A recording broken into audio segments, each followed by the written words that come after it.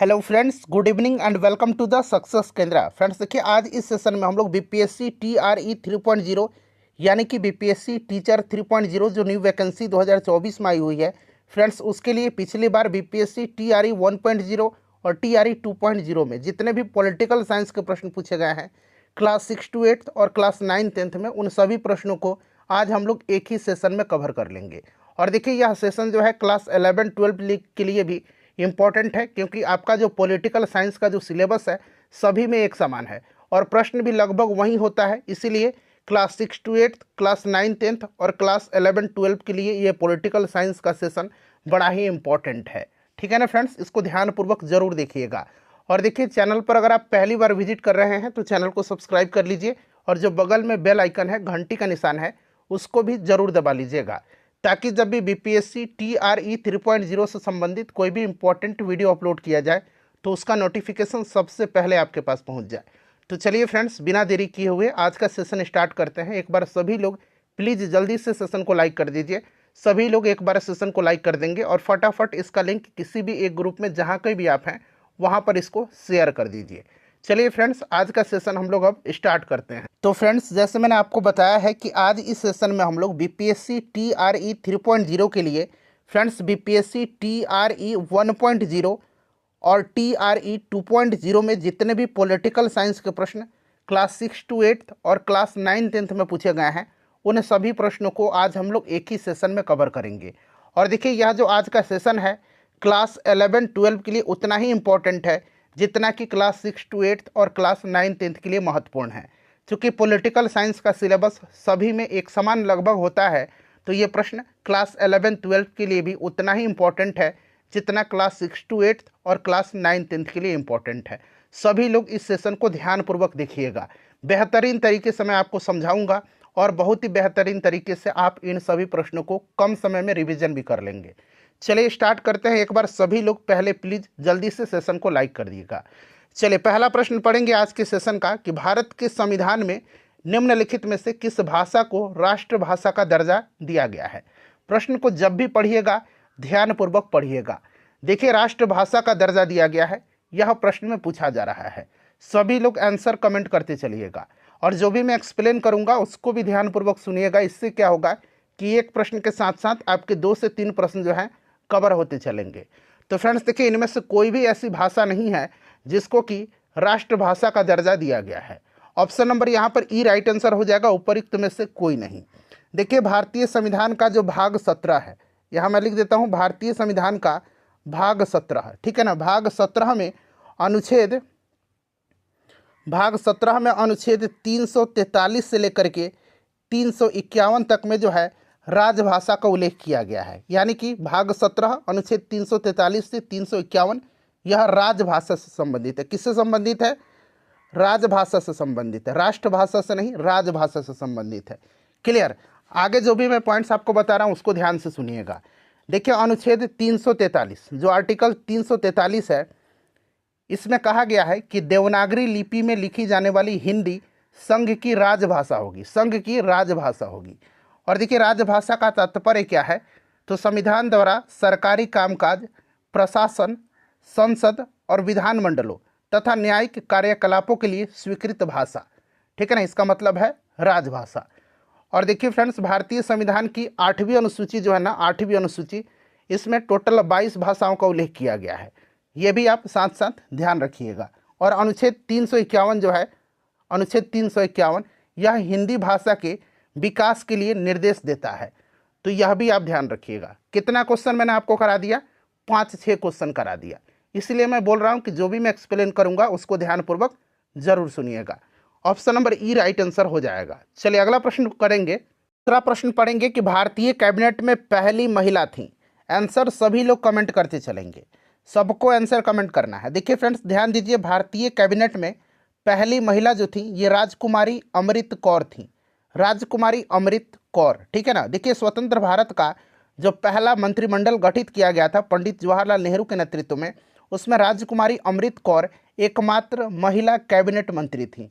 और राजकुमार अमृत कौर ने स्वास्थ्य मंत्री का पद संभाला था, यानी कि इनको स्वास्थ्य मंत्रालय का प्रभार दिया गया था। और साथ ही साथ फ्रेंड्स, यह स्वतंत्र भारत के दूसरे मंत्रिमंडल में भी यानी कि पहला और दूसरा दोनों मिलाकर के 10 वर्षों तक इन्होंने सेवा दिया है। और देखिए सरोजनी नायडू जो थी यह भारत की पहली महिला राज्यपाल बनी थी। ठीक है ना फ्रेंड्स, तो यह भी आप ध्यान रखिएगा। और इंदिरा गांधी के बारे में आपको पता ही है कि यह स्वतंत्र भारत की पहली महिला प्रधानमंत्री हैं। ठीक है ना, तो ऑप्शन नंबर यहाँ पर बी राइट आंसर हो जाएगा। चलिए अगला प्रश्न कि स्वतंत्र पार्टी के संस्थापक कौन थे?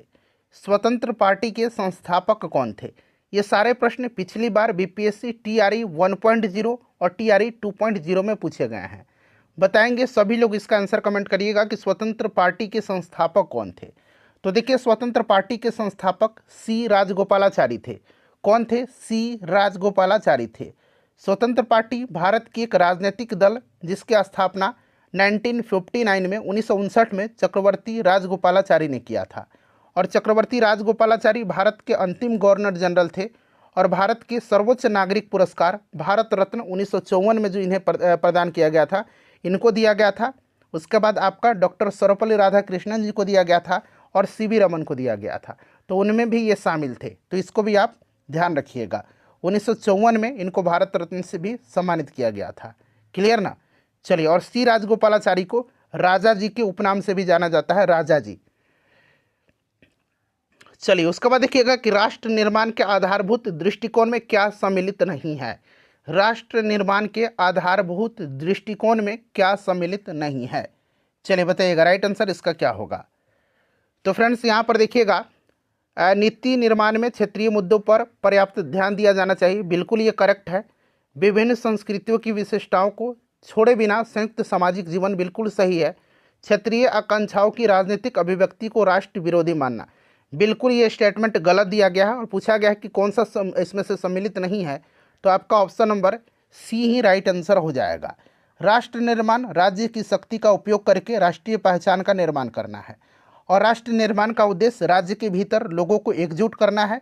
राष्ट्र निर्माण के लिए एकता, अखंडता, भाईचारा, सर्वधर्म समभाव, समानता, सहयोग, समर्पण, सद्भावना, सहिष्णुता, ये सभी जो फ्रेंड्स मैंने आपको तत्व बताया है, ये सभी जो है ये राष्ट्र को एक सूत्र में बांध करके रखते हैं।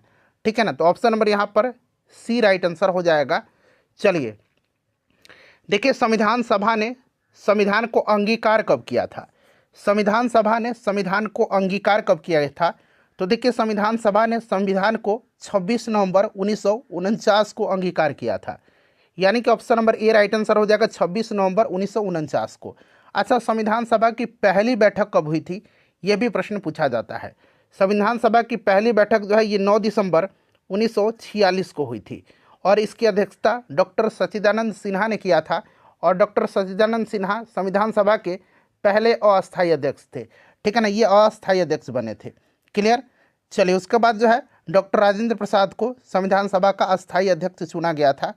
क्लियर ना? तो इन सबको फ्रेंड्स आप ध्यान रखिएगा। ठीक है ना? चलिए, और संविधान निर्माण में कितना समय लगा था? 2 वर्ष 11 महीने और 18 दिन। ये आपको कंठस्थ याद रखना है। ठीक है ना? चलिए उसके बाद अगला प्रश्न कर लेंगे। नेक्स्ट क्वेश्चन है हमारा कि इनमें से कौन संविधान सभा में उपाध्यक्ष थे? संविधान सभा में उपाध्यक्ष जो थे इसमें कौन थे? तो अगर हम प्रश्न के हिसाब से बात करें तो संविधान सभा के 2 उपाध्यक्ष थे, एक डॉक्टर एच.सी. मुखर्जी और एक आपका बी.टी. कृष्णामाचारी। ठीक है ना, तो यहाँ से देखिएगा एच.सी. मुखर्जी दिया गया है, ऑप्शन ए यहाँ पर राइट आंसर हो जाएगा। और दूसरे कौन थे? तो बी.टी. कृष्णामाचारी। ठीक है ना? और देखिए फ्रेंड्स अभी मैंने आपको बताया था कि संविधान सभा की पहली बैठक 9 दिसंबर 1946 को हुई थी और अंतिम बैठक 24 जनवरी 1950 को हुई थी।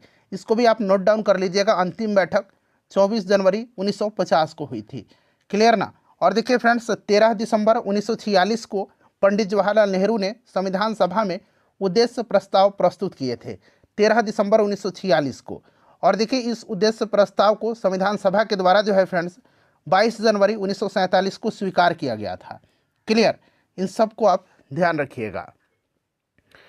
देखिए राज्य के नीति निर्देशक तत्व लिए गए हैं। राज्य के नीति निर्देशक तत्व जो हैं ये भारतीय संविधान के भाग 4 में है, भाग 4 में है। ठीक है ना फ्रेंड्स, इसको ध्यान रखिएगा, आर्टिकल 36 से 51 तक में।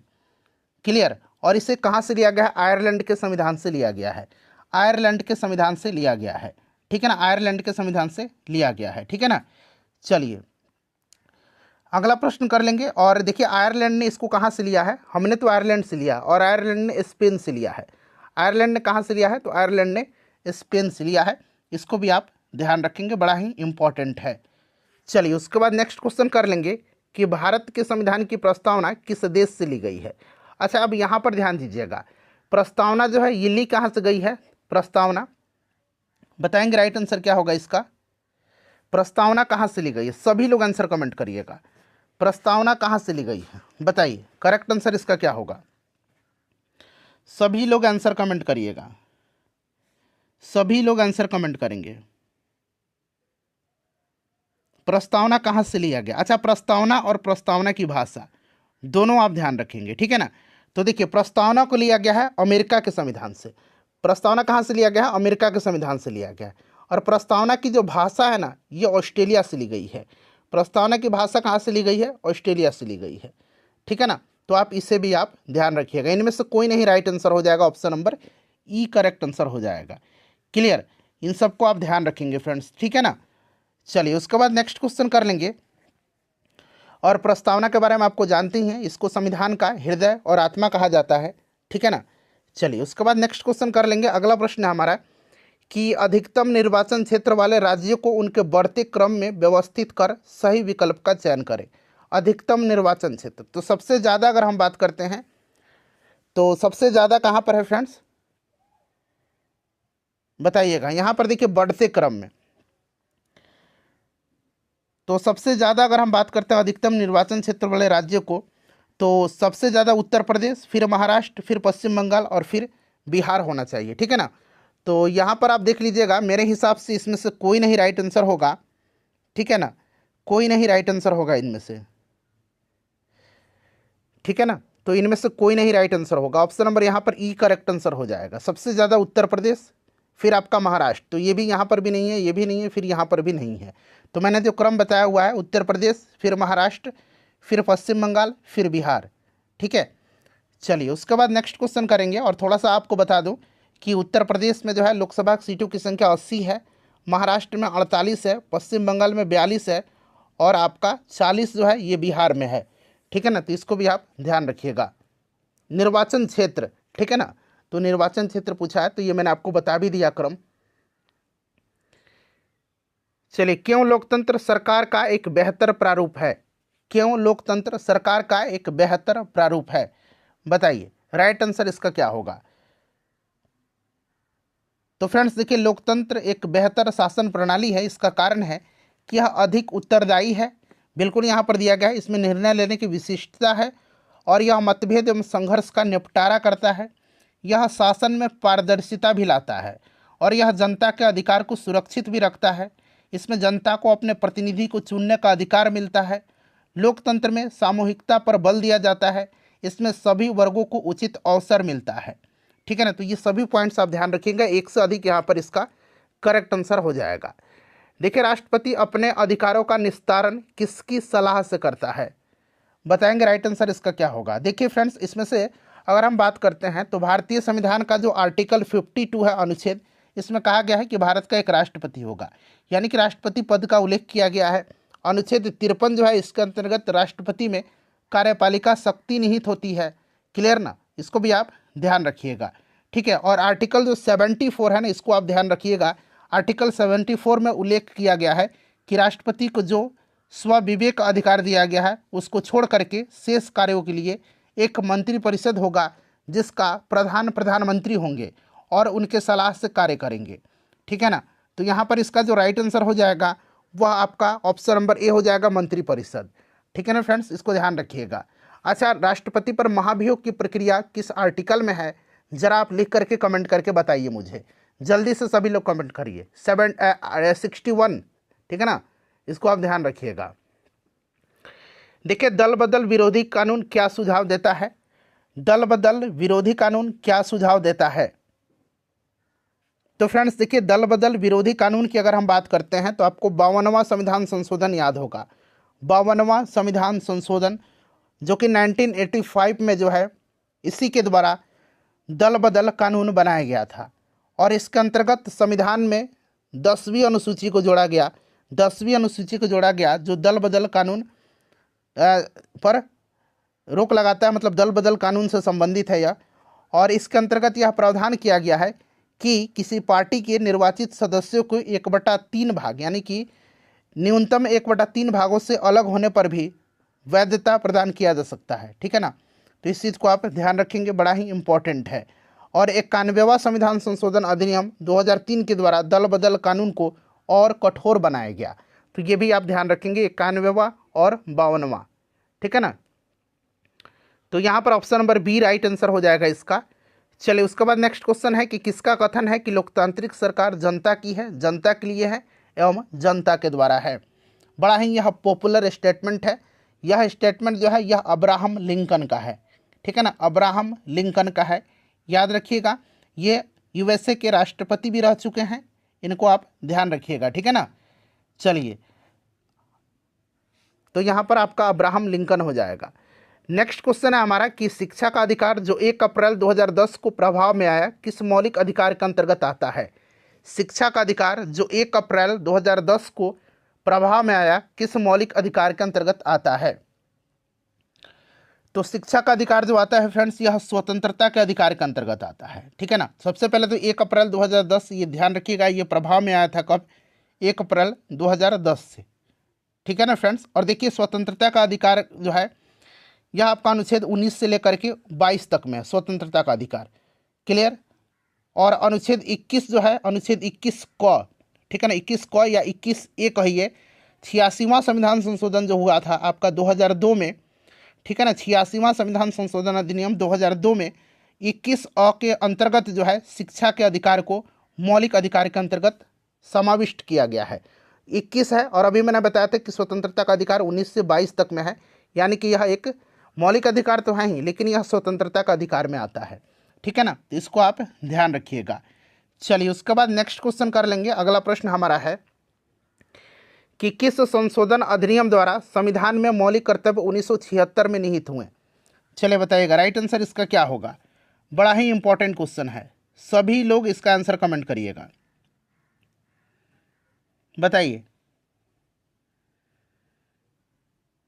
तो देखिए ये 42वां संविधान संशोधन था 1976 में, 1976 में हुआ था, जिसमें जो है आपका सरदार स्वर्ण सिंह समिति की अनुशंसा पर, सरदार स्वर्ण सिंह समिति की अनुशंसा पर जो है 42वां संविधान संशोधन 1976 के द्वारा जो मौलिक कर्तव्य है उनको आपको संविधान के भाग 4A के 51A के अंतर्गत जो आर्टिकल है उसमें रखा गया, भाग 4A और अनुच्छेद 51A के अंतर्गत जो है इसको रखा गया है, ठीक है ना फ्रेंड्स, इसको ध्यान रखिएगा। और वर्तमान में कितने मौलिक कर्तव्य हैं, तो उस समय तो ये 1976 में 10 जोड़ा गया था, ठीक है ना, लेकिन वर्तमान में 11 मौलिक कर्तव्य हैं। और मौलिक कर्तव्य को लिया कहाँ से गया है, तो रूस के संविधान से लिया गया है। अच्छा 11वां मौलिक कर्तव्य पूछा जाए कि कौन सा, 10 तो थे पहले से, 11वां कौन है, तो 11वां मूल कर्तव्य क्या है कि 6 से लेकर के 14 वर्ष की आयु के जो बच्चे हैं उनके माता पिता या अभिभावक का कर्तव्य है कि उन्हें प्राथमिक और अनिवार्य शिक्षा उपलब्ध कराएं, ठीक है ना। चलिए ये 86वां संविधान संशोधन 2002 के द्वारा जो है इसको जोड़ा गया है, 86वां संविधान संशोधन के द्वारा। चलिए उसके बाद देखिए इनमें से कौन संविधान सभा का सदस्य नहीं था। संविधान सभा का सदस्य इसमें से कौन सा नहीं थे। देखिए फ्रेंड्स संविधान सभा के सदस्य महात्मा गांधी, मोहम्मद अली जिन्ना ये दोनों नहीं थे, ठीक है ना, इसको आप ध्यान रखिएगा, ठीक है। तो इसमें से अगर हम बात करते हैं कि इसमें से कौन सा सदस्य नहीं थे, तो ऑप्शन नंबर ई राइट आंसर हो जाएगा, ऑप्शन नंबर ई। अच्छा प्रश्न में क्या पूछता है कि महात्मा गांधी दे देगा, तो महात्मा गांधी नहीं थे, मोहम्मद अली जिन्ना भी नहीं थे, ठीक है। तो यहाँ पर आप लोग इसको ध्यान रखिएगा, ठीक है। चलिए संविधान सभा का गठन कैबिनेट मिशन के संस्तुति के आधार पर किया गया था, क्लियर ना, इसको भी आप ध्यान रखिएगा। चलिए उसके बाद नेक्स्ट क्वेश्चन कर लेंगे। अगला प्रश्न हम लोग कर लेंगे कि धन विधेयक के बारे में निम्नलिखित में से कौन सा कथन असत्य है, गलत है। धन विधेयक के बारे में देखिए, धन विधेयक के बारे में अगर हम बात करते हैं तो कौन सा कथन असत्य है, बताइए। यहाँ पर देख लीजिएगा कि यह वित्तीय मामलों से संबंधित है, तो ठीक दिया गया है, क्योंकि धन विधेयक की प्रक्रिया का उल्लेख जो है यह अनुच्छेद 109 में किया गया, उल्लेख 109 में है, और धन विधेयक को परिभाषित किया गया है 110 अनुच्छेद में। तो ये दोनों को आप ध्यान रखिएगा। धन विधेयक केवल लोकसभा में ही लाया जा सकता है, यानी कि लोकसभा में ही प्रस्तावित होता है पहले, और लोकसभा में पास होने के बाद, पारित होने के बाद यह राज्यसभा में जाता है और राज्यसभा धन विधेयक को 14 दिनों के अंदर राज्यसभा जो है यह 14 दिनों के अंदर लोकसभा को वापस भेजती है। यदि राज्यसभा ऐसा नहीं करती है, 14 दिनों के अंदर वापस नहीं भेजती है, तो दोनों सदनों से यह पारित मान लिया जाता है। और यदि राज्यसभा 14 दिन के अंदर संशोधन कर धन विधेयक भेजती है तो लोकसभा उस संशोधन को स्वीकार करती है तो संशोधन सहित पारित मान लिया जाएगा अथवा उसी रूप में पारित माना जाएगा जिसे पूर्व में लोकसभा ने पारित किया था। कोई विधेयक धन विधेयक है या नहीं, यह निर्णय अंतिम रूप से लोकसभा का स्पीकर लेता है। तो यहाँ पर देखिए, यह केवल राज्यसभा में पारित होता है, गलत दिया गया है। और इसमें से देखिएगा ना, तो कोई भी कूट जो है ना सही नहीं दिया गया है, असत्य तो इसमें से आपको है ये, तो इसीलिए ऑप्शन ई यहाँ पर राइट आंसर हो जाएगा, उपरोक्त में से कोई नहीं। ठीक है, चलिए, तो ये भी आपका नहीं है, 3 4 भी कहीं ऑप्शन में नहीं दिख रहा है। चलिए, उसके बाद देखिएगा कि भारतीय उच्चतम न्यायालय अस्तित्व में कब आया था। उच्चतम न्यायालय जो है यह अस्तित्व में कब आया था, बताइए। तो देखिए, उच्चतम न्यायालय की स्थापना जो है यह 26 जनवरी 1950 को किया गया था और इसका उद्घाटन 28 जनवरी 1950 को किया गया।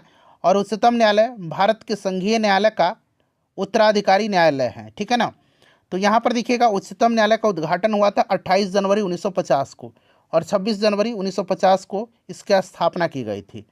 ठीक है ना फ्रेंड्स। फेडरल कोर्ट की स्थापना 1 अक्टूबर 1937 को हुआ था, फेडरल कोर्ट की स्थापना। ठीक है, इसको भी आप ध्यान रखिएगा। चलिए, तो ऑप्शन नंबर ई हो जाएगा। उसके बाद चलिए, अगला प्रश्न है कि लोक अदालत के बारे में निम्नलिखित में से कौन सा कथन जो है इसमें से सही दिया गया है, ये आपको चुन करके बताना है। ठीक है ना फ्रेंड्स, चलिए बताइएगा इसमें से राइट आंसर क्या होगा। देखिए, यह एक सस्ती न्यायिक सेवा है, बिल्कुल है। यह एकल पेशी पर विवाद निवारण करता है, यह त्वरित न्याय देता है, सेवानिवृत्त जज लोक अदालत चलाता है और यह एक सर्वोच्च न्यायालय है। ठीक है, तो इसमें से अगर हम बात करते हैं तो इसमें से सभी सही दिया गया है। ठीक है ना, तो इसमें से आपका ऑप्शन नंबर सी हो जाएगा, 1 2 3 4 सभी इसमें से सही दिया गया है। चलिए, उसके बाद नेक्स्ट क्वेश्चन कर लेंगे। अगला प्रश्न है कि विश्व के किस देश द्वारा 1948 से 1989 के मध्य रंगभेद का एक आधिकारिक नीति की तरह पालन किया गया। तो फ्रेंड्स, यह किया गया था आपका दक्षिण अफ्रीका में। ठीक है ना, option number A right answer हो जाएगा। और देखिए फ्रेंड्स, इसके लिए जो है, जो रंगभेद नीति के खिलाफ लड़ाई में जो सक्रिय रूप से लड़े थे, ये नेल्सन मंडेला जी थे, यह आपको भी पता है। और नेल्सन मंडेला को 27 वर्ष की कारावास की सज़ा सुनाई गई थी। 1990 में ये कारावास से मतलब बाहर आए थे और 1990 में जो है भारत सरकार के द्वारा उनको भारत रत्न से सम्मानित किया गया था। इससे भी आप ध्यान रखिएगा। ठीक है ना, चलिए, तो यहाँ पर राइट आंसर आपका क्या हो जाएगा, ऑप्शन नंबर ए हो जाएगा। चलिए फ्रेंड्स, नेक्स्ट क्वेश्चन कर लेंगे। अगला प्रश्न हमारा कि राष्ट्रीय बोअर दिवस कब मनाया जाता है। राष्ट्रीय बोअर दिवस जो है ये कब मनाया जाता है। राष्ट्रीय बोअर दिवस कब मनाया जाता है, तो ये 25 जनवरी को मनाया जाता है। ये बोअर का युद्ध जो 1899 से 1902 के बीच दक्षिण अफ्रीका में अंग्रेज के विरुद्ध में हुआ था, बोअर। ठीक है ना, तो इसको आप ध्यान रखिएगा, ये 25 जनवरी के दिन। और उसके बाद अगर हम बात करते हैं 24 सितंबर के दिन, तो ये हिंदी दिवस मनाया जाता है। ठीक है, इसको आप ध्यान रखिएगा। आप 5 जून को क्या मनाया जाता है, बड़ा ही इंपॉर्टेंट है, बताइए।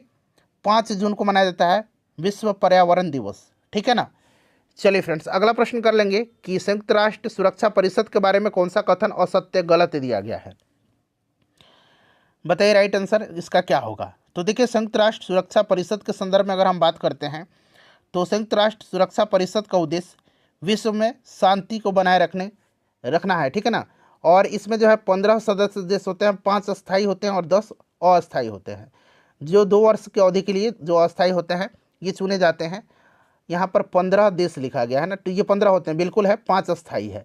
तो 5 अस्थायी हैं, क्लियर। कौन कौन से, अमेरिका, रूस, फ्रांस, ब्रिटेन और चीन। ठीक है ना फ्रेंड्स, इसको आप ध्यान रखिएगा। चलिए, और उसके बाद देखिएगा कि प्रत्येक अस्थायी सदस्य के पास विटो शक्ति है, बिल्कुल। प्रत्येक जो 5 अस्थायी सदस्य हैं इनके पास विटो पावर होता है। IMF और विश्व बैंक इसकी निधिकरण एजेंसियां हैं, ये गलत दिया गया है, ये आपका गलत दिया गया है। ठीक है ना फ्रेंड्स, इसको आप ध्यान रखिएगा, ये आपका गलत दिया गया है। ठीक है ना, तो यही आपका पूछा गया है कि कौन सा गलत है, तो ऑप्शन नंबर सी जो होगा यहाँ पर इसका राइट आंसर हो जाएगा। चलिए, उसके बाद नेक्स्ट क्वेश्चन कर लेंगे कि चुनावी कदाचारों पर निम्नलिखित में से कौन सा कथन प्रतिभारित है। चलिए बताइएगा राइट आंसर इसका क्या होगा।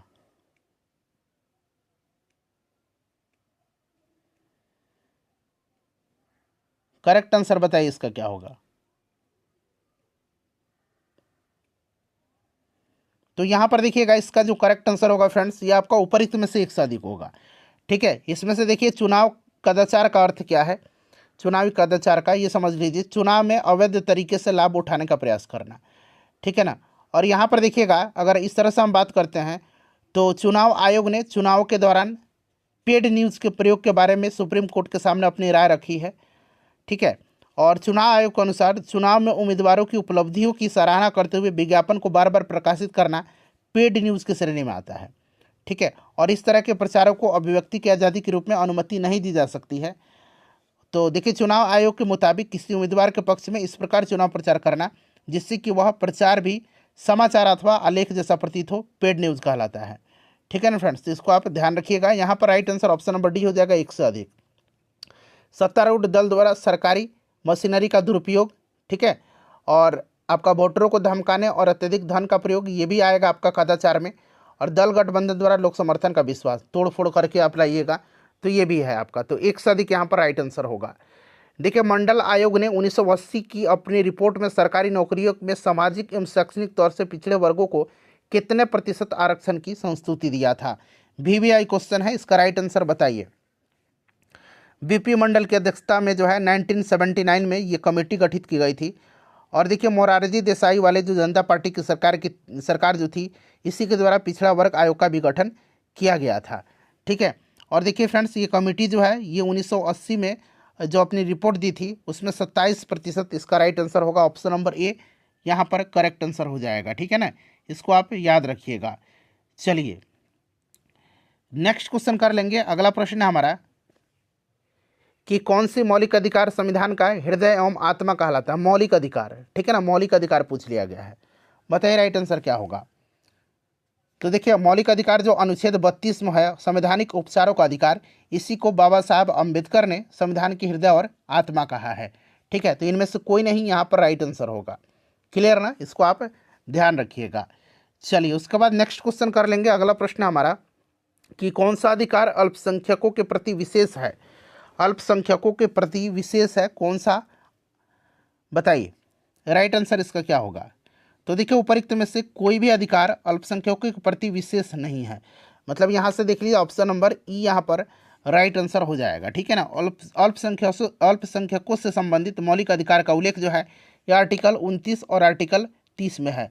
ठीक है ना, 29-30 में है। अनुच्छेद 29 में अल्पसंख्यकों के भाषा, लिपि और संस्कृति से संबंधित है। ठीक है, और अनुच्छेद 30 में शिक्षा संस्थान की स्थापना, प्रशासन करने के लिए अल्पसंख्यक वर्गों के अधिकार से संबंधित है। इसको भी आप ध्यान रखिएगा। ठीक है ना, चलिए तो इसमें से आपका कोई भी नहीं है ना। ठीक है ना, तो कोई नहीं, ऊपर में से कोई भी आपका नहीं है। चलिए उसके बाद नेक्स्ट क्वेश्चन है संविधान सभा के बारे में क्या सही नहीं है। क्या इसमें से सही नहीं है, चलिए बताइएगा इसका राइट आंसर क्या होगा संविधान सभा के बारे में। तो देखिए फ्रेंड्स संविधान सभा की बात करते हैं तो इसकी 1946 में संविधान सभा की जो है, एक मिनट रुकिए, जुलाई में नहीं हुई थी, 9 दिसंबर 1946 को दिसंबर में हुई थी। तो ये तो आपका गलत हो गया। और इसमें आपके 300 से अधिक सदस्य थे। बिल्कुल संविधान सभा में 389 सदस्यों का प्रावधान किया गया था। ठीक है, तो ये आपका सही हो गया। और इसने 1935 का अधिनियम से बहुत से विवरण एवं विधियों, यहाँ पर देखिए विधेयकों, ठीक है ना, विधियों का अभिग्रहण किया है। ये भी आपका सही है। तो ये वाला दिसंबर में हुआ था, तो ये वाला सही नहीं है। ऑप्शन नंबर यहाँ पर बी इसका राइट आंसर होगा। ठीक है ना फ्रेंड्स, चलो उसके बाद देखिएगा कि निम्नलिखित में से कौन सा बेल्जियम मॉडल का तत्व नहीं है। बेल्जियम मॉडल का तत्व इसमें से कौन सा नहीं है, बताइए। बेल्जियम मॉडल का तत्व जो है ये आपका क्या होगा। तो बेल्जियम मॉडल जो है इसका तत्व, बेल्जियम का संविधान निर्दिष्ट करता है कि केंद्र सरकार में डच और फ्रेंच बोलने वाले मंत्रियों की संख्या बराबर हो। तो यहाँ पर देखिए सरकार है जिसमें फ्रेंच और डच भाषा दोनों समुदाय को समान प्रतिनिधित्व, बिल्कुल सही दिया गया है। ठीक है ना, उसके बाद यहाँ पर देख लीजिएगा कि आपका ब्रुसेल्स में एक अलग सरकार है। ठीक है, जिसमें फ्रांसीसी और डच दोनों का समान प्रतिनिधि है। उसके बाद देख लीजिए, इसमें बेल्जियम में एक तीसरी प्रकार की सरकार है जिसे सामुदायिक सरकार कहा जाता है। सामुदायिक सरकार कहा जाता है, बिल्कुल सही है। और उसके बाद देखिएगा कि बेल्जियम में राज्य सरकार केंद्र सरकार के अधीन नहीं है। राज्य सरकार केंद्र सरकार के अधीन नहीं है, ये सब सही है। कौन सा इसमें से नहीं है? तो चूंकि सारे के सारे हैं तो इनमें से कोई नहीं यहाँ पर राइट आंसर होगा इसका, ठीक है ना। चलिए, उसके बाद नेक्स्ट क्वेश्चन हमारा कि सिंगली को एकमात्र आधिकारिक भाषा के रूप में मान्यता देने के लिए किस वर्ष श्रीलंका में एक अधिनियम पारित किया गया था? बताइए। सिंगली को एकमात्र आधिकारिक भाषा के रूप में मान्यता देने के लिए वर्ष 1956 में श्रीलंका में एक अधिनियम पारित किया गया था। कब? 1956 में किया गया था, ठीक है। 1956 यहाँ पर राइट आंसर हो जाएगा, ऑप्शन नंबर बी। चलिए, उसके बाद देखिएगा कि पावर शेयरिंग के बारे में निम्नलिखित में से कौन सा गलत है? पावर शेयरिंग के बारे में इनमें से गलत कौन सा है? पावर शेयरिंग के बारे में देखिए, पावर शेयरिंग का हिंदी में अर्थ होता है शक्ति का विभाजन, ठीक है ना। शक्ति का विभाजन, साझा की जाती है शक्ति का विभाजन, ठीक है ना। उसके बाद देखिएगा, आगे मैं आपको बताता हूं कि देखिए कि पावर शेयरिंग के कार्यों और दायित्व का स्पष्ट रूप से बंटवारा और विभाजन करना है, ठीक है। तो यह आपका सत्ता विभिन्न स्तरों पर सरकारों के बीच जो है साझा की जाती है। और भारत में संघीय ढांचा है जो कनाडा से लिया गया है, इसको भी आप ध्यान रखिएगा। प्रत्येक समाज को किसी न किसी रूप से शक्ति बंटवारे की आवश्यकता होती है, भले ही छोटा हो या फिर सामाजिक विभाजन न हो। तो पूछा गया गलत कौन सा है? तो चूंकि ये सारे के सारे सही हैं तो इनमें से कोई नहीं राइट आंसर होगा इसका। देखिए, निम्नलिखित में से कौन सा समवर्ती सूची में शामिल है? समवर्ती सूची में इसमें से शामिल कौन सा है? समवर्ती सूची में शामिल कौन सा है? भारतीय संविधान के संघ सूची में 98 विषय हैं, इस चीज़ को आप ध्यान रखिएगा, ठीक है ना। राज्य सूची में मूल संविधान में 66 विषय को शामिल किया गया था और वर्तमान में 59 है, ठीक है। और समवर्ती सूची में मूल संविधान में 47 विषय था, वर्तमान में 52 है। क्लियर ना, इसको याद रखिएगा। और देखिए, ये आपका जो 7वीं अनुसूची है ना, उसमें संघ और राज्य के बीच शक्ति का बंटवारा किया गया है। संघ सूची, राज्य सूची और समवर्ती सूची 7वीं अनुसूची में। और इसमें पूछा गया समवर्ती सूची में शामिल जो है, इसमें से आपका ऑप्शन ए हो जाएगा, ठीक है ना। जंगल होगा इसमें से, इसको आप ध्यान रखिएगा। चलिए, उसके बाद नेक्स्ट क्वेश्चन कर लेंगे। अगला प्रश्न है हमारा कि और कृषि पुलिस शायद राज्य सूची का विषय है, एक बार आप मुझे कमेंट करके बताइए। तो निम्नलिखित में से किस देश में सार्वजनिक जीवन में महिलाओं की भागीदारी सबसे कम है? सबसे कम कहाँ पर है सार्वजनिक जीवन में? तो फ्रेंड्स, ये चाइना में है, ठीक है ना। चाइना में है, यहाँ पर option number C right answer हो जाएगा, चाइना। चलिए, उसके बाद अगला प्रश्न करेंगे। नेक्स्ट क्वेश्चन है हमारा कि समान पारिश्रमिक अधिनियम 1976 क्या प्रदान करता है? समान पारिश्रमिक अधिनियम जो है 1976, यह क्या प्रदान करता है? तो फ्रेंड्स देखिए, इसका राइट आंसर हो जाएगा आपका ऑप्शन नंबर बी, सभी वर्गों सभी लिंगों के लिए समान वेतन, ठीक है ना। समान कार्य के लिए समान वेतन लैंगिक भेदभाव को समाप्त करने की एक सशक्त माध्यम है, ठीक है। इसको आप ध्यान रखिएगा। भारतीय संविधान का जो आर्टिकल 39D है ना, इसमें समान कार्य के लिए समान वेतन का प्रावधान किया गया है। चलिए, उसके बाद नेक्स्ट क्वेश्चन करेंगे। अगला प्रश्न है कि महात्मा गांधी कहा करते थे कि खाली स्थान है को राजनीति से कभी अलग नहीं किया जा सकता है। तो राइट आंसर आपको पता है ना क्या होगा? धर्म को राजनीति से कभी अलग नहीं किया जा सकता है। ये गांधी जी का स्टेटमेंट है, इसको आप ध्यान रखिएगा। प्रश्न पूछा जाएगा इस तरह से कि किसने कहा था कि धर्म को राजनीति से कभी अलग नहीं किया जा सकता है, तो आपको याद रखना होगा महात्मा गांधी। चलिए, लोकतंत्र के बारे में निम्नलिखित में से कौन सा इसमें से सही दिया गया है? चलिए बताइएगा, इसमें से कौन सा सही दिया गया है? करेक्ट आंसर बताइए। तो लोकतंत्र में के बारे में अगर इसमें से हम बात करते हैं तो भ्रष्टाचार रहित है, ऐसा बिल्कुल नहीं है। भ्रष्टाचार तो है ही हमारे लोकतंत्र में भी। लोकतंत्र अनियमित है, ऐसा नहीं है, ठीक है ना। देखिए, लोकतंत्र जो है ना, इसके बारे में मैं आपको बताता हूँ। इसमें से सबसे पहले देखिए, लोकतंत्र अक्सर ज़रूरतों को विफल करता है और लोगों की मांगों को अनदेखा करता है। इसमें कौन सा सही दिया गया है? तो यहाँ पर देखिएगा, लोकतंत्र आज विश्व में सबसे लोकप्रिय शासन पद्धति है, ठीक है ना। और लोकतंत्र जो है, लोकतंत्र शासन प्रणाली, ये राजतंत्र को समाप्त कर स्थापित किया गया है। और लोकतंत्र का आधुनिक समय में शुरुआत अमेरिका में हुआ था। भारत विश्व का सबसे बड़ा लोकतांत्रिक देश है, इस चीज़ को भी आप ध्यान रखिएगा। और देखिए, नेताओं द्वारा चुनाव के कुछ माह पूर्व चुनाव के दिनों तक केवल जनता के साथ ऊपरी तौर पर जुड़ाव होता है, उसके बाद उनकी ज़रूरतों को अनदेखी किया जाता है। तो अक्सर ज़रूरतों को विफल करता है और लोगों की मांगों को अनदेखा करता है। इसीलिए मैंने ये स्टेटमेंट आपको सही बताया है। चलिए, निम्नलिखित में से कौन सी भूमिका राजनीतिक दलों द्वारा नहीं निभाई जाती है? चलिए बताइएगा इसमें राइट आंसर क्या हो जाएगा। देखिए, इसमें से कौन सा जो है राजनीतिक दलों द्वारा नहीं निभाया जाता है। ठीक है फ्रेंड्स, तो यहाँ पर देखिएगा आपका वे देश के लिए कानून बनाते हैं, राजनीतिक पार्टियां नहीं कानून बनाती हैं। ठीक है ना, तो ये चीज़ तो आपका ये गलत हो गया। ठीक है, उसके बाद देखिएगा कि एक पार्टी दूसरी पार्टी को सरकार बनाने में सहयोग करती हैं, तो ऐसा करती हैं और उनके विचार और मत समान हो सकते हैं सभी मुद्दे पर। ठीक है ना, सभी मुद्दों पर समान हो सकते हैं, ऐसा नहीं है कि सभी मुद्दों पर समान हो सकते हैं, इसीलिए एक से अधिक यहाँ पर राइट आंसर इसका होगा। चलिए, उसके बाद देखिए, एक राज्य पार्टी बनने के लिए एक पार्टी को राज्य की विधानसभा के चुनाव में कुल वोटों में से कम कितना सुरक्षित करना पड़ता है, बताइए। अब यहाँ पर देखिएगा प्रश्न को ध्यान से पढ़ने के बाद कि एक राज्य पार्टी बनने के लिए एक पार्टी को राज्य की विधानसभा के चुनाव में कुल वोटों में से कम कितना सुरक्षित करना होगा। तो देखिए फ्रेंड्स, 2011 में यह प्रावधान जोड़ा गया कि यदि कोई राजनीतिक पार्टी लोकसभा या विधानसभा में एक भी सीट नहीं जीतता है, लेकिन कुल वैध मत का अगर 8% मत प्राप्त कर लेता है, तो वह राज्य स्तरीय पार्टी का दर्जा उसको दिया जाएगा। वैसे आप लोग 6% भी कहेंगे। तो देखिए फ्रेंड्स, आपको किसी राजनीतिक दल को राज्य स्तर मतलब दल होने के लिए वैध मत का 6% मत प्राप्त करता है। ठीक है ना, लेकिन 2011 में यह प्रावधान था जो मैंने आपको बताया है। चलिए, निम्नलिखित में से कौन सा देश एक साथ अपने आने वाले संघ के अंतर्गत आता है? एक साथ आने वाले संघ के अंतर्गत बताइए। तो इसका राइट आंसर आपका स्विट्जरलैंड हो जाएगा। स्विट्जरलैंड देश एक साथ आने वाले संघ के अंतर्गत आता है। ठीक है, स्विट्जरलैंड में बहुदेशीय बहुदलीय शासन व्यवस्था है, इसको भी आप ध्यान रखेंगे। स्विट्जरलैंड यहाँ पर राइट आंसर हो जाएगा। चलिए, उसके बाद नेक्स्ट क्वेश्चन कर लेंगे। अगला प्रश्न है हमारा कि जब केंद्र और राज्य सरकारों से शक्ति लेकर के स्थानीय सरकार को दी जाती है, तो इसे क्या कहा जाता है, बताइए। तो फ्रेंड्स, इसको विकेंद्रीकरण कहा जाता है। ठीक है ना, सत्ता का विकेंद्रीकरण आपने पढ़ा होगा। और देखिए फ्रेंड्स, विकेंद्रीकरण की शुरुआत जो है यह भारत में लॉर्ड रिपन के द्वारा किया गया था 1882 में। इसको भारत में स्थानीय स्वशासन का जनक माना जाता है, लॉर्ड रिपन को।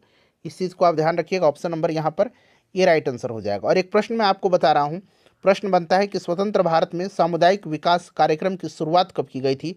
तो 2 अक्टूबर 1952 को। 2 अक्टूबर 1952 को जो है आपको सामुदायिक विकास कार्यक्रम की शुरुआत किया गया था। इस चीज़ को आप ध्यान रखेंगे। और 2 अक्टूबर 1953 को राष्ट्रीय प्रसार सेवा की शुरुआत किया गया था। 2 अक्टूबर 1953 को राष्ट्रीय प्रसार सेवा की शुरुआत। और 2 अक्टूबर 1959 को आपको राजस्थान के नागौर से पंचायती राज की शुरुआत किया गया था। तो ये सब आप याद रखिएगा। ठीक है ना।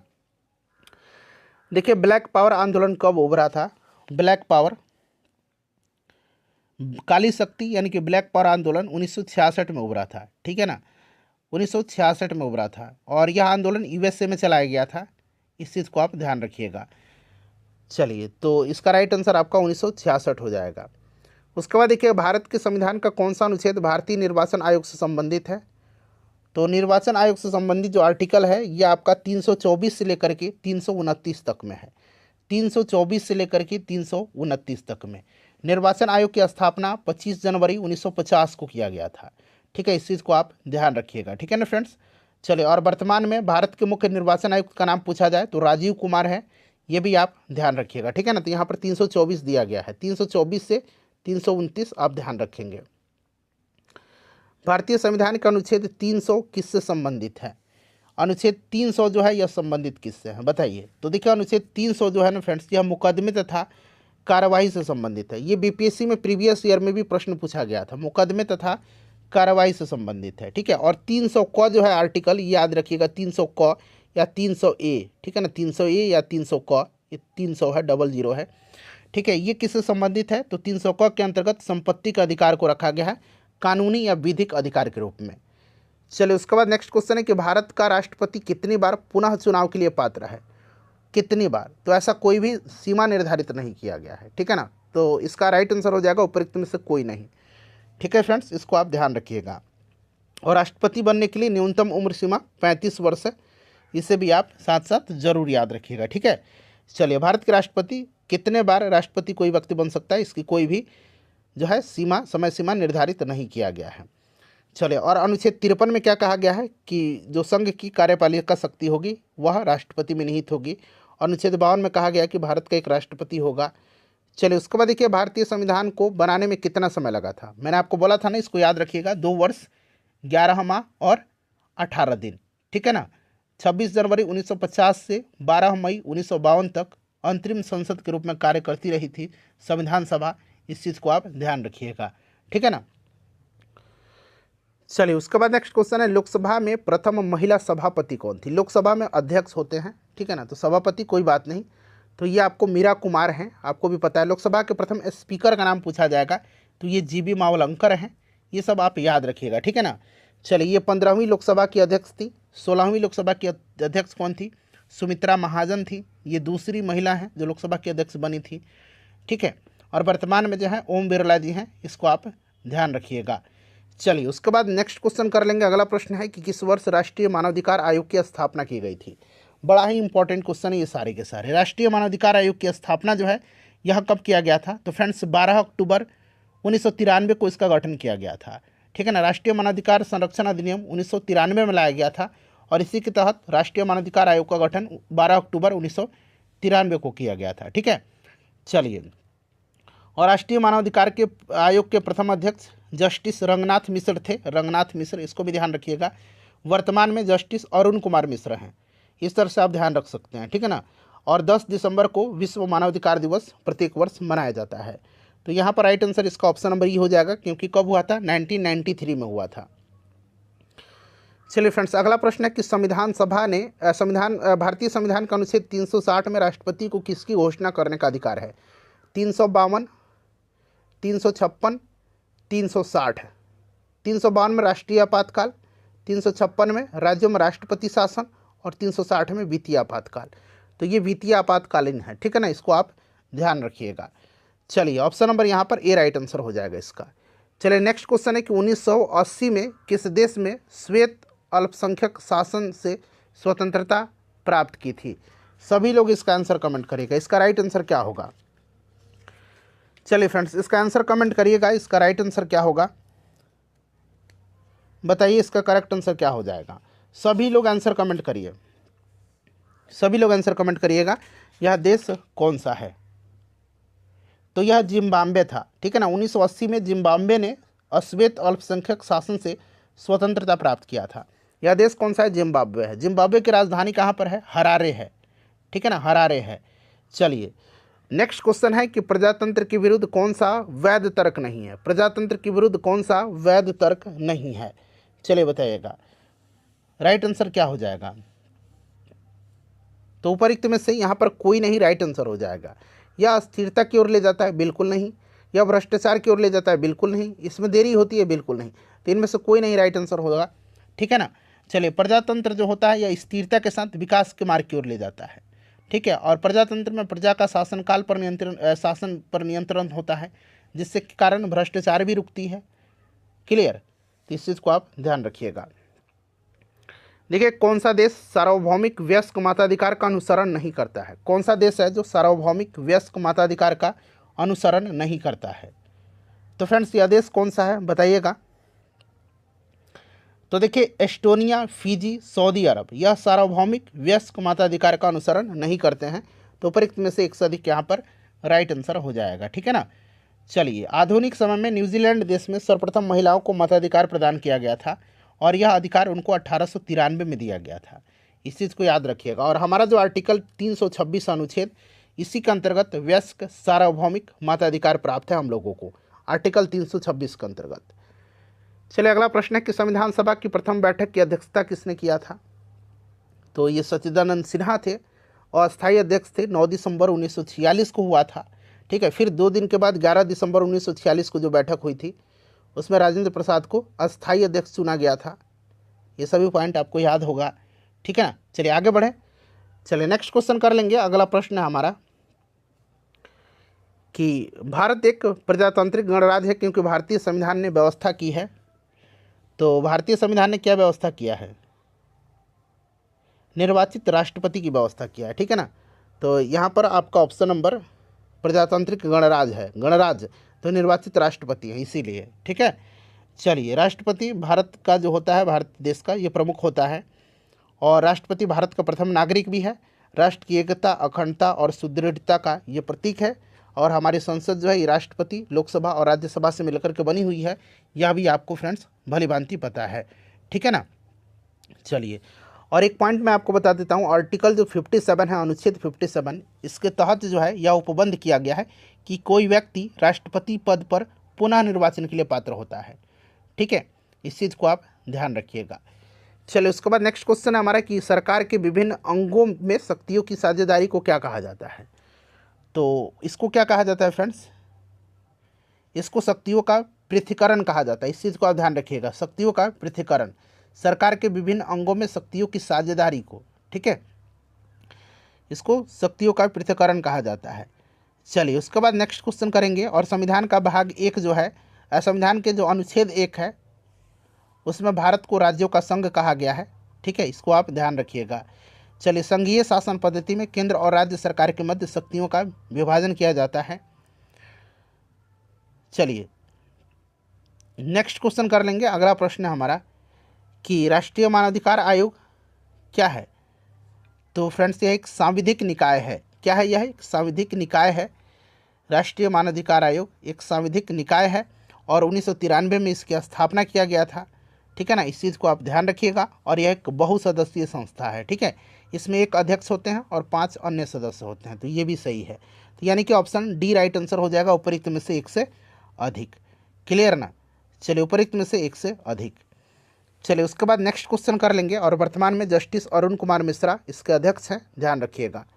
संवैधानिक उपचारों के अधिकार को किसने हमारे संविधान का हृदय और आत्मा पुकारा है। देखिए, प्रश्न रिपीट हुआ ना, तो BPSC previous year question repeat करता है। तो ये जो आपको बाबा साहब अम्बेडकर हैं, जो आर्टिकल 32 है संवैधानिक उपचारों का अधिकार, इसी को इन्होंने संविधान की हृदय और आत्मा कहा है।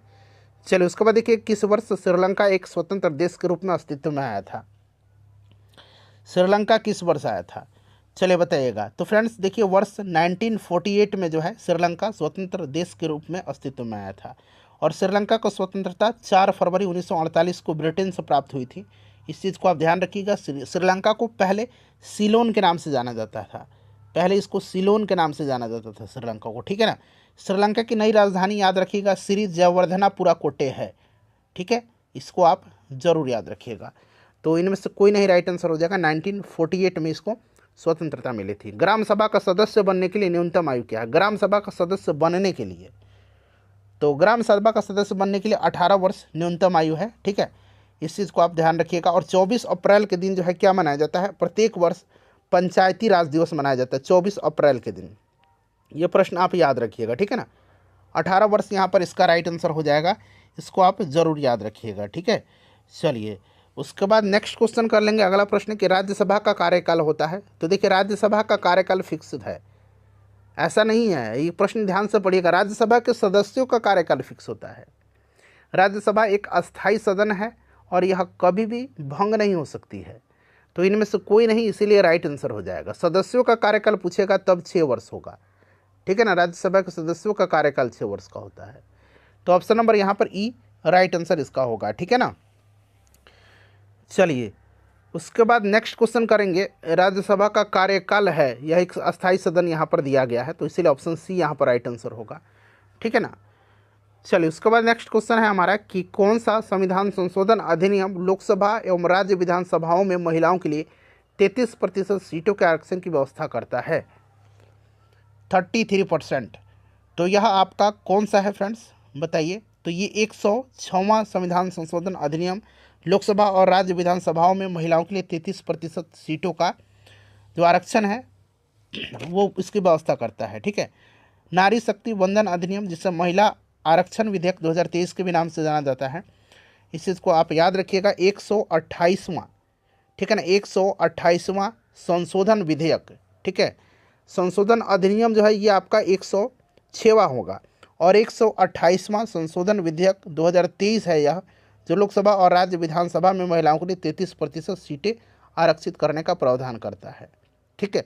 तो अगर पूछेगा कि संविधान संशोधन विधेयक, तो ये 128वां संशोधन अधिनियम, तो 106वां। देखिए, निर्वाचक फोटो पहचान पत्र को भारत में किस वर्ष लागू किया गया था? तो फ्रेंड्स, इसको लागू किया गया था कब?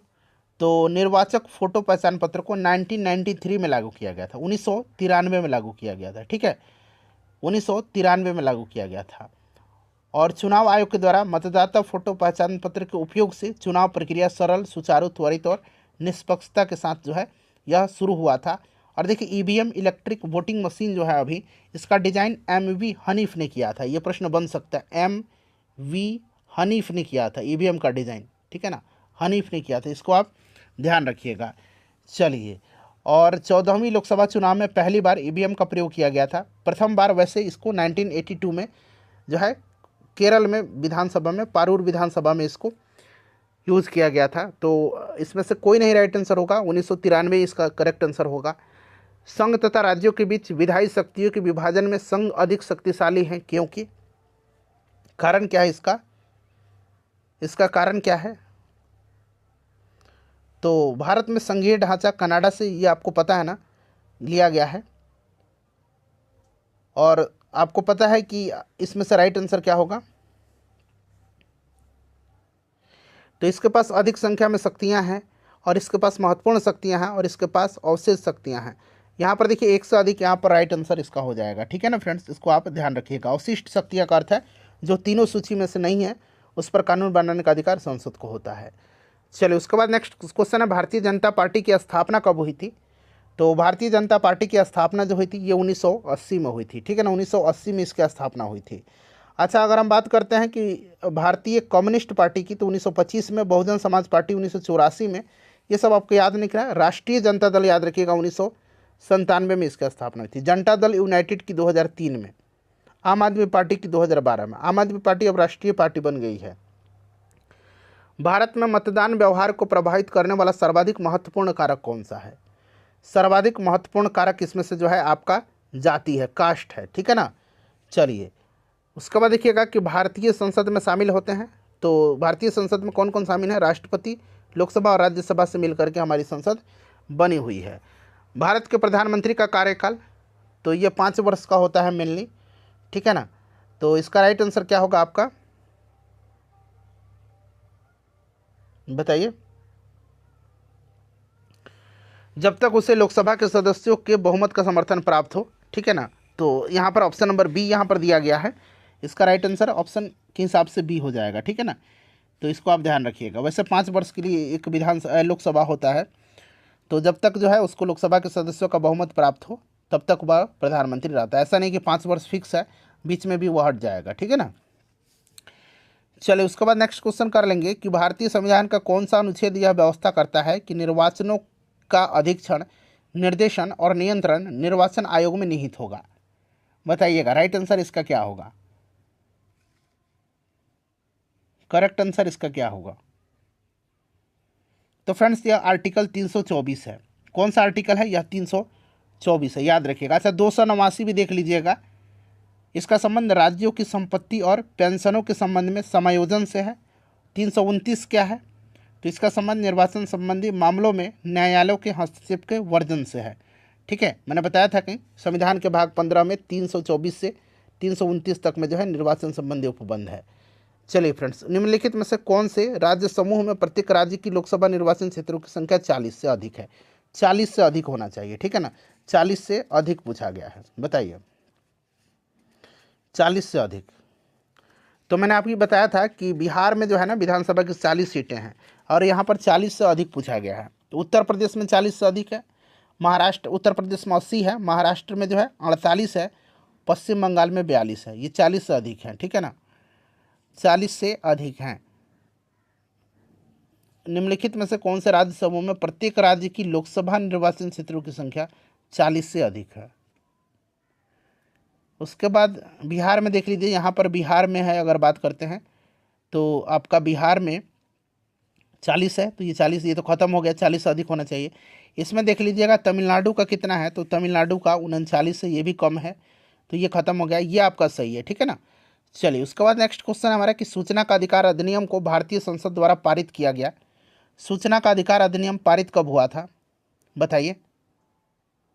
सूचना का अधिकार अधिनियम, तो फ्रेंड्स यह 2005 में पारित किया गया था। ठीक है, 2005 में, इम्पॉर्टेंट है, इसको आप जरूर ही याद रखिएगा। ठीक है, चलिए उसके बाद नेक्स्ट क्वेश्चन हमारा कि ग्राम पंचायत निम्नलिखित में से किसके प्रति उत्तरदायी है। ग्राम पंचायत किसके प्रति उत्तरदायी होती है? ग्राम पंचायत ग्राम सभा के प्रति उत्तरदायी होती है। ठीक है ना, और इसके सदस्यों का कार्यकाल 5 वर्ष का होता है। ग्राम पंचायत ग्राम सभा की कार्यकारी संस्था है, इस चीज़ को भी आप ध्यान रखेंगे। तो यहाँ पर कोई नहीं राइट आंसर हो जाएगा। ठीक है ना, चलिए, और अनुच्छेद जो 40 है इसमें ग्राम पंचायतों के संगठन का उल्लेख किया गया है, इसको भी आप ध्यान रखिएगा। चलिए उसके बाद देखिएगा कि न्यायाधीश एम पुंछी आयोग का संबंध किससे है। पुंछी आयोग का संबंध किससे है, चलिए बताइएगा, राइट आंसर क्या होगा। पुंछी आयोग का संबंध जो है यह किससे है? तो केंद्र राज्य संबंध से है। ठीक है ना, केंद्र राज्य संबंध से। चलिए, तो केंद्र राज्य संबंध कहाँ पर? ऑप्शन नंबर बी में दिया गया। ये बड़ा ही इंपॉर्टेंट क्वेश्चन है, पुंछी आयोग पूछा जाता है कि किससे संबंधित है। देखिए, संघीय व्यवस्था में आवश्यक है, संघीय व्यवस्था में आवश्यक है, बताइए राइट आंसर इसका क्या होगा। संघीय व्यवस्था में आवश्यक है। तो फ्रेंड्स यहाँ पर जो करेक्ट आंसर होगा, संघीय व्यवस्था में आवश्यक जो है ना, एक से अधिक इसमें से राइट आंसर हो जाएगा। ठीक है, इसमें जो है आपको लिखित संविधान, संविधान की सर्वोच्चता, शक्तियों का बंटवारा और स्वतंत्र एवं निष्पक्ष न्यायपालिका। ठीक है ना, तो संविधान के लिखित संविधान और आपका संविधान की सर्वोच्चता, एक से अधिक यहाँ पर राइट आंसर होगा। भारत में मंत्रिपरिषद में शामिल होते हैं, मंत्रिपरिषद में शामिल हैं कैबिनेट मंत्री, राज्य मंत्री और उप मंत्री।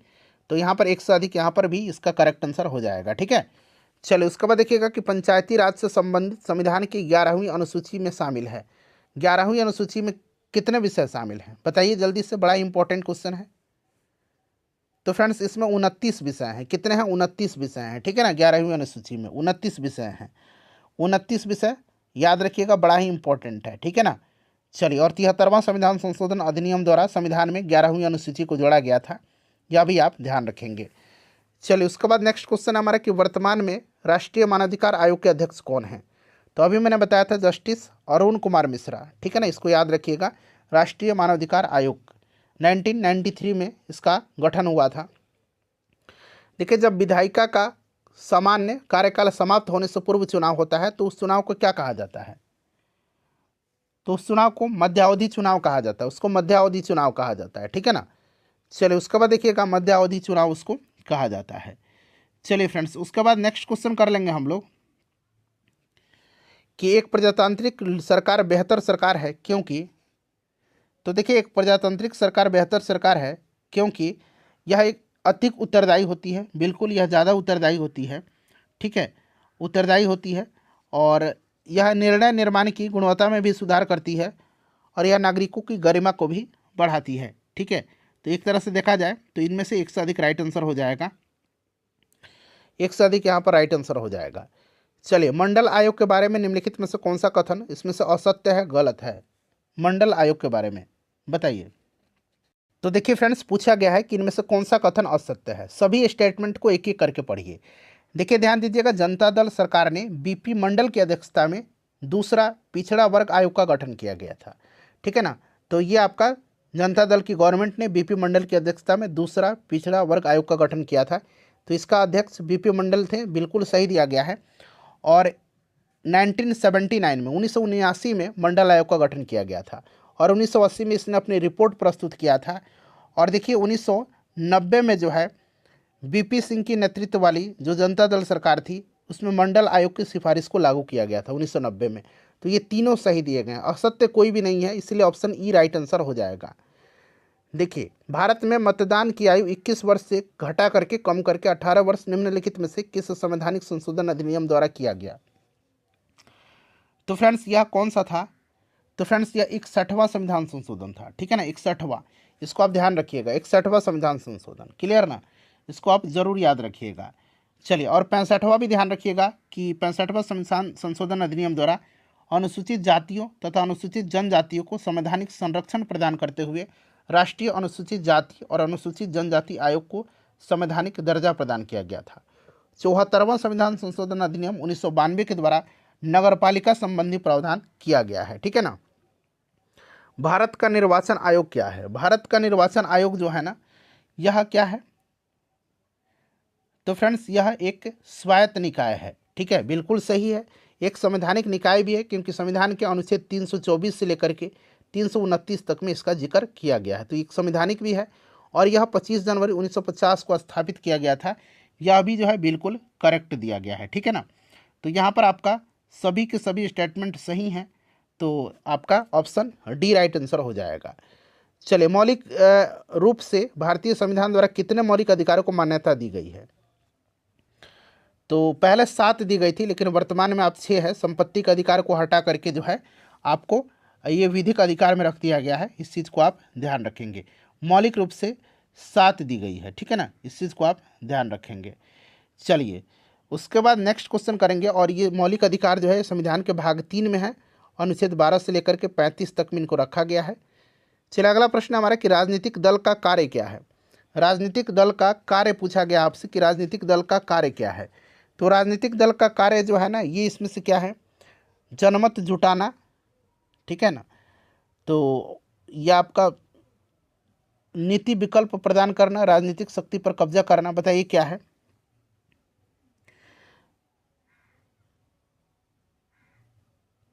तो इसमें से देखिए, अगर हम बात करते हैं तो आपका इसमें से देखिए, जनमत जुटाना बिल्कुल यहाँ पर ठीक दिया गया है। नीति विकल्प प्रदान करना, ये भी सही दिया गया है। ठीक है, विपक्षी पार्टी द्वारा सत्ताधारी पार्टी की गलत नीतियों का विरोध करना। ठीक है, ये भी आपका सही है। राजनीतिक शक्ति पर कब्जा करना राजनीतिक दल का कार्य है। ठीक है, तो इसमें से एक से अधिक राइट आंसर होना चाहिए। उसके बाद चलिए, अच्छा, किसी भी राजनीतिक दल को अगर हम बात करें कि राजनीतिक दल का मान्यता इनको कौन देता है, तो चुनाव आयोग देता है। ठीक है ना।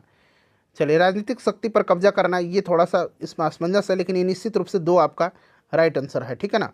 चलिए, भारत का राजधर्म है, तो राजधर्म तो हमारा कुछ भी नहीं है क्योंकि हम पंथ निरपेक्ष देश हैं, तो इनमें से कोई नहीं राइट आंसर होगा।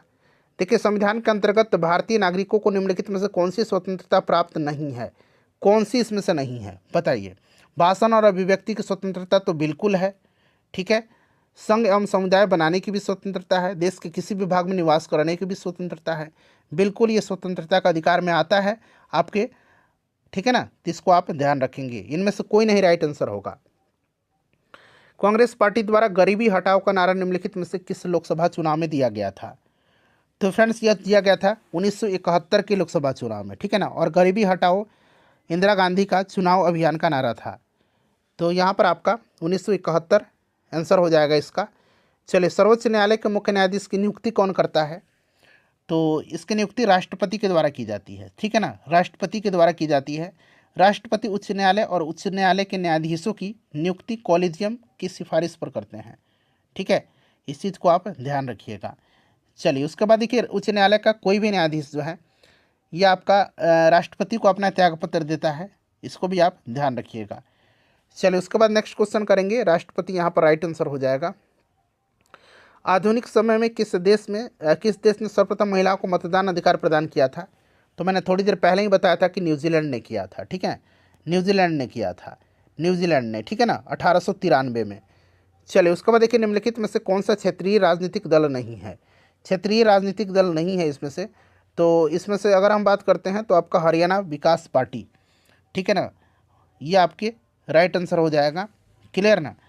चलिए, अगला प्रश्न करेंगे अब। नेक्स्ट क्वेश्चन कि निम्नलिखित में से किसका संबंध जो है राज्य चुनाव आयोग से है? किसका संबंध राज्य चुनाव आयोग से है? चलिए, बताइएगा इसका राइट आंसर क्या होगा। इसमें से करेक्ट आंसर सभी लोग बताइए। तो इसमें से अगर हम बात करते हैं तो 73वां संविधान संशोधन अधिनियम। ठीक है ना, ये राज्य चुनाव आयोग से संबंधित जो है, राज्य चुनाव आयोग से संबंधित है। क्लियर ना, बताइएगा। Right answer option number A हो जाएगा ना इसका। चलिए, उसके बाद देखिए, अगला है हमारा ये राज्य चुनाव आयोग। ठीक है ना, 73वां ही होगा। 73वां संविधान संशोधन जो है फ्रेंड्स, इसमें आपको याद है ना कि अनुच्छेद 243 के जो है ना, इसका 243 के, ये पंचायत के चुनाव से संबंधित हैं। ठीक है ना, तो ये राज्य चुनाव आयोग से संबंधित है। चलिए, उसके बाद नेक्स्ट क्वेश्चन है हमारा कि भारत में चुनाव के संबंध में निम्नलिखित में से कौन सा सत्य है? यहाँ पर कौन सा सत्य है?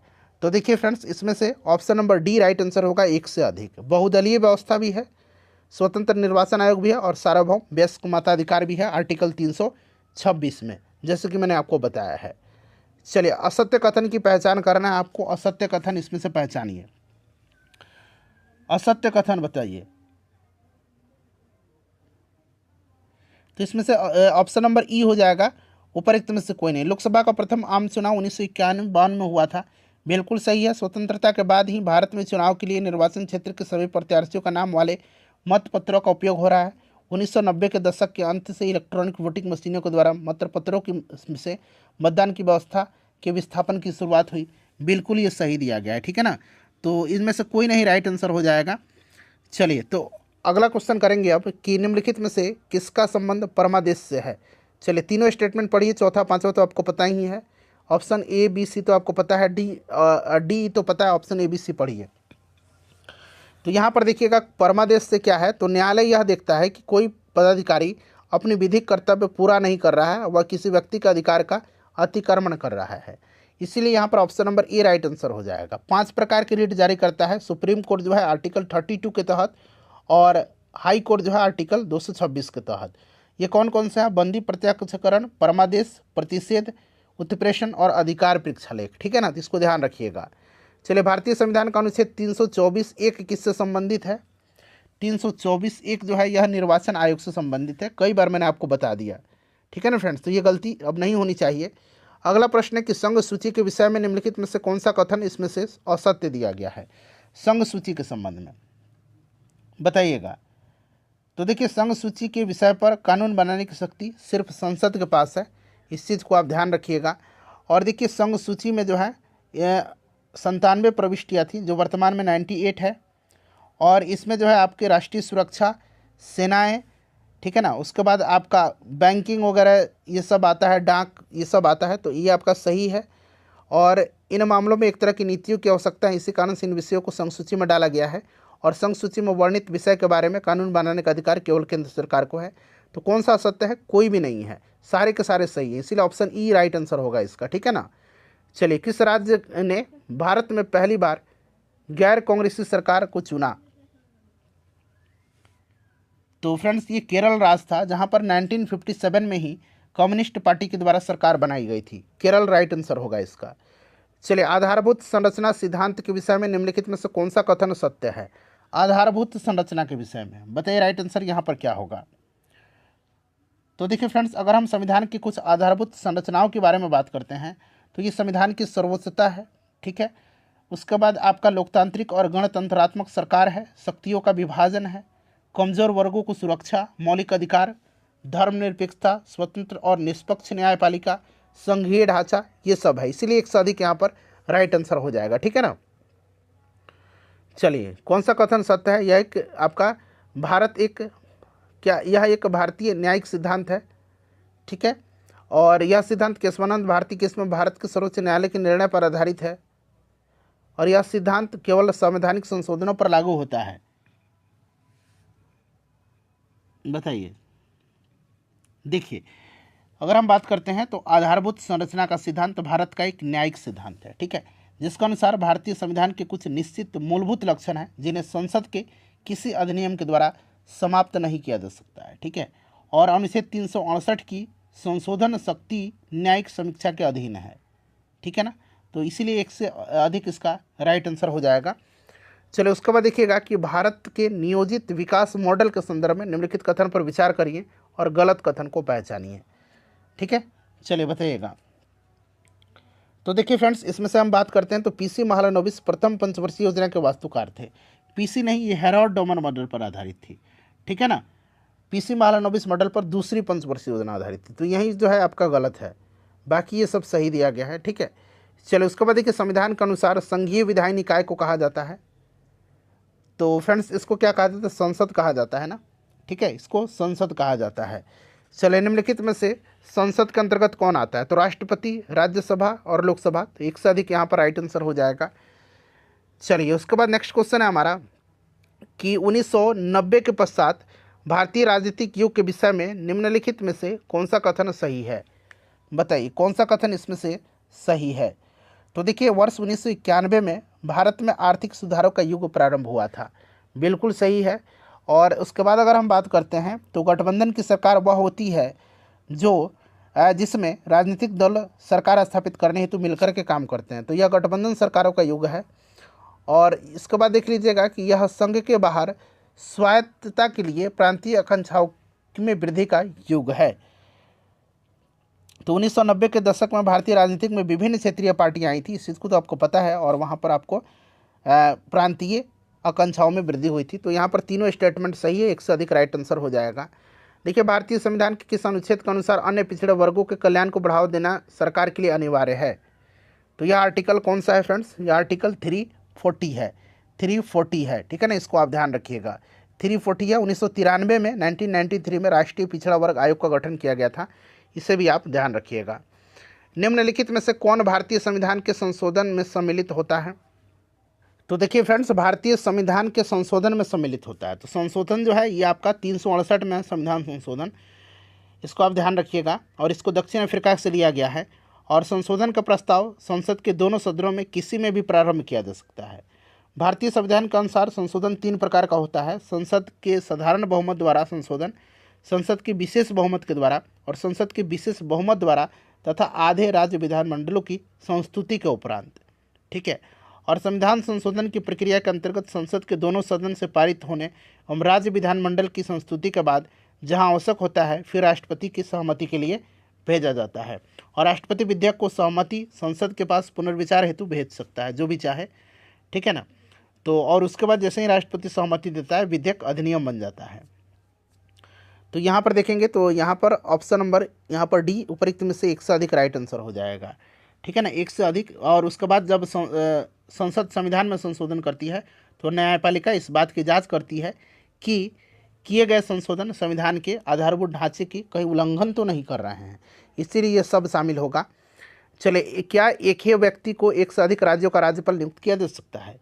बिल्कुल ऐसा प्रावधान है ना, ऐसा प्रावधान है। अनुच्छेद 153 जो है इसके अनुसार प्रत्येक राज्यों के लिए एक राज्यपाल होता है, परंतु 7वें संविधान संशोधन अधिनियम 1956 के अनुसार एक ही व्यक्ति को 2 या 2 से अधिक राज्यों के लिए राज्यपाल नियुक्त किया जा सकता है, ठीक है। तो इसको ध्यान रखिएगा। और अनुच्छेद 155 जो है इसके अंतर्गत राज्यपाल की नियुक्ति राष्ट्रपति करता है, राष्ट्रपति के प्रसाद पर्यंत ही राज्यपाल पद धारण करता है। तो यहाँ पर ऑप्शन ए राइट आंसर होगा। समवर्ती सूची का उल्लेख है 7वीं अनुसूची में है। 7वीं में मैंने बताया था ना कि 7वीं में संघ सूची और राज्य सूची, समवर्ती सूची, संघ और राज्यों के बीच, संघ और केंद्र और राज्यों के बीच शक्तियों के बंटवारे का उल्लेख है। चलिए, सार्वभौम जो मताधिकार है उसका अर्थ है कि मत देने का अधिकार नियंत्रित नहीं होता है। बताइए राइट आंसर इसका क्या होगा? तो मत देने का अधिकार जाति या लिंग से, अवस्था से, संपत्ति से अथवा सामाजिक स्थिति, इन सब से नियंत्रित नहीं होता है। तो यहाँ देखिए एक से अधिक राइट आंसर होगा इसका। निम्नलिखित में से किसकी नियुक्ति भारत के राष्ट्रपति के द्वारा की जाती है? तो भारत के मुख्य न्यायाधीश की नियुक्ति, उच्च न्यायालय के न्यायाधीश, राज्य निर्वाचन आयुक्त। बताइए राइट आंसर क्या होगा इसका? तो देखिए मुख्य न्यायाधीश, उच्च न्यायालय के न्यायाधीश की नियुक्ति राष्ट्रपति करता है, परंतु राज्य निर्वाचन आयोग जो है, राज्य निर्वाचन आयोग, इसकी नियुक्ति जो है राज्यपाल के द्वारा की जाती है। तो ये दोनों को करता है, तो एक से अधिक यहाँ पर राइट आंसर होगा वैसे भी। चलिए, अनुच्छेद 280 संबंधित है, तो यह वित्त आयोग से संबंधित है। कई बार मैंने आपको बताया वित्त आयोग से यह संबंधित है। चलिए, मौलिक कर्तव्य को किस समिति के सिफारिश पर संविधान में जोड़ा गया? सरदार स्वर्ण सिंह समिति की सिफारिश पर 42वां संविधान संशोधन 1976 के द्वारा इसको जोड़ा गया था, ठीक है ना। चलिए, उसके बाद देखिएगा कि किस देश में फर्स्ट पास्ट द पोस्ट प्रणाली है? फर्स्ट पास्ट द पोस्ट प्रणाली, तो ये जो है फ्रेंड्स किस में है? यूके, भारत, कनाडा, यूएस, इन सब में फास्ट पास्ट द पोस्ट प्रणाली अपना रहे हैं ये देश, ठीक है ना। तो एक से अधिक यहाँ पर राइट आंसर हो जाएगा। टाड़ी विरोधी आंदोलन कहाँ पर हुआ था? टाड़ी विरोधी आंदोलन जो हुआ था ये आपका आंध्र प्रदेश में हुआ था, ठीक है ना। 1992 में आंध्र प्रदेश के नेल्लोर जिले में टाड़ी विरोधी आंदोलन हुआ था। चले, ऐसे विधेयक जिसमें स्पष्ट रूप से करारोपण या करों की समाप्ति से संबंधित प्रावधान होते हैं उन्हें किस श्रेणी में रखा जाता है? उनको किस श्रेणी में रखा जाता है? उनको रखा जाता है धन विधेयक की श्रेणी में, ठीक है ना। धन विधेयक को, और धन विधेयक को परिभाषित किया गया है अनुच्छेद 110 में, इससे भी आप ध्यान रखिएगा, ठीक है। चलिए, धन विधेयक, निम्नलिखित में से किसका लोकतंत्र के विचार में विश्वास नहीं है, किसका नहीं है? तो फ्रेंड्स, यह विश्वास जो नहीं है ये किसका है? कट्टरपंथियों का नहीं है। कट्टरपंथी राइट आंसर, बाकी उदारवादी और समाजवादी तो लोकतंत्र में विश्वास करते ही हैं। चलिए, उसके बाद देखिए, लोकतंत्र के अंतर विरोधों को इंगित करने के लिए किसने द एप्पल कार्ट नामक एक नाटक लिखी? द एप्पल कार्ट नामक नाटक, बताइएगा। तो ये लिखा था किसने? तो फ्रेंड्स, ये लिखा था जॉर्ज बर्नार्ड शॉ ने, ठीक है ना। 1928 में इन्होंने जो है द एप्पल कार्ट नामक एक नाटक लिखी थी, 1928 में। देखिए, द बर्डन ऑफ डेमोक्रेसी, काफ़ी इंपॉर्टेंट क्वेश्चन है यह पुस्तक लिखा किसने है? The burden of democracy. तो फ्रेंड्स, इसको लिखा है किसने? प्रताप भानु मेहता ने लिखा है, ठीक है ना, इसको याद रखिएगा। चलिए, उसके बाद देखिएगा, नेक्स्ट क्वेश्चन है हमारा कि भारत के संविधान को किसने बनाया है? तो भारत के संविधान को बनाया है संविधान सभा ने। किसने बनाया है फ्रेंड्स? संविधान सभा ने बनाया है। तो ये तरह छोटा छोटा प्रश्न है, इसको ध्यान रखिएगा। ये सब हम ऊपर डिस्कस कर चुके हैं। चलिए, निम्नलिखित में से किस देश ने एकदम आरंभ से ही अपनी लोकतांत्रिक व्यवस्था में सार्वभौमिक वयस्क मताधिकार लागू किया था? तो यह लागू किया था किसने फ्रेंड्स? तो यह भारत ने किया था, ठीक है ना। भारत ने ही स्टार्टिंग से ही किया, 1947 से ही यह हमारा लागू है। चलिए, उसके बाद देखिए, निम्नलिखित में से किस देश में एक बहुमतवादी लोकतांत्रिक राज्य व्यवस्था का होना माना जाता है? तो फ्रेंड्स, ये आपका राइट आंसर क्या होगा यहाँ पर? तो श्रीलंका में बहुमतवादी लोकतांत्रिक राज्य व्यवस्था का होना माना जाता है, ठीक है। श्रीलंका एक अर्ध राष्ट्रपति प्रतिनिधि लोकतांत्रिक गणराज्य है, जिसके तहत श्रीलंका का राष्ट्रपति राज्य का प्रमुख और सरकार का प्रमुख दोनों होता है, ठीक है। तो यहाँ पर option number A right answer होगा। निम्नलिखित में से कौन भारत में सरकार का सबसे निचला स्तर है? सबसे निचला स्तर जो है इसमें से आपको पता है कि कौन सा है? तो ये पंचायत होता है, ठीक है ना, पंचायत। क्लियर? इसके बारे में मैं आपको पूरा डिटेल बताया हुआ हूँ। चलो, उसके बाद देखिए, एक लोकतांत्रिक राज्य व्यवस्था में सत्ता संघर्ष का सबसे सुंदर प्रकार निम्नलिखित में से कौन है? बताइएगा, इसमें से राइट आंसर क्या होगा? तो फ्रेंड्स, इसमें से आपका चुनाव है, ठीक है ना। सबसे सुंदर यहाँ पर चुनाव इसका राइट आंसर हो जाएगा, सत्ता संघर्ष का। नेक्स्ट क्वेश्चन है हमारा कि इनमें से किसे भारत में लोकतंत्र को गहरा करने का श्रेय दिया जाता है? गहरा लोकतंत्र को करने का, तो फ्रेंड्स, ये पंडित जवाहरलाल नेहरू का, ठीक है ना। पंचायती राज व्यवस्था का शुभारंभ इन्होंने किया था, आपको भी याद होगा। तो यहाँ पर ऑप्शन नंबर ए हो जाएगा।